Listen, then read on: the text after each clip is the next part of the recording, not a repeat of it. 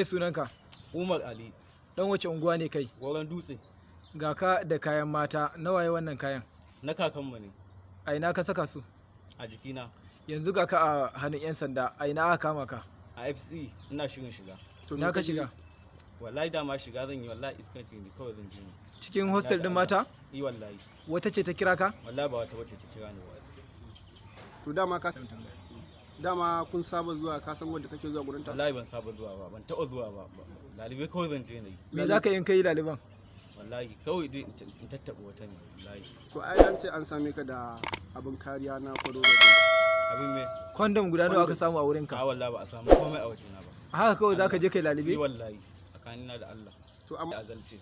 Gashi yanzu kafafuwanka har wandan ka sun fito, alamun namiji da takalmi. Kai baka tunanin dama za a kama ka? Yi wallahi na yi tunani. Ban dai irin tunanin nan ba wallahi ba. Ka saba yi ne dama? Wallahi ban taɓa yi ba, ban ma To taɓa yanzu saka. tsaya, yanzu ga ka a hannun 'yan sanda, kana da dama ne? Da dama sosai mako wallahi. Ko me in aka kama ni a yi mun. Yanzu me kake so a yi maka?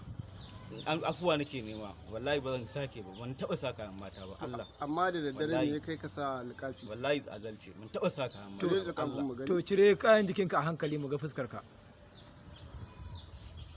Cire su za ka yi gaba ɗaya. Ka cire. Har da jaka? Ajiye jakar. Cire hijabin. Wannan rigar ta waye? Ta kakan mu ce. Ita ma cire ta.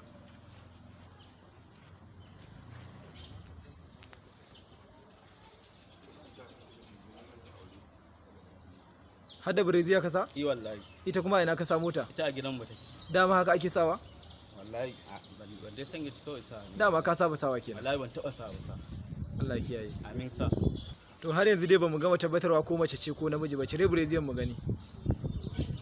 Namiji ne kai ko mace? Namiji ne.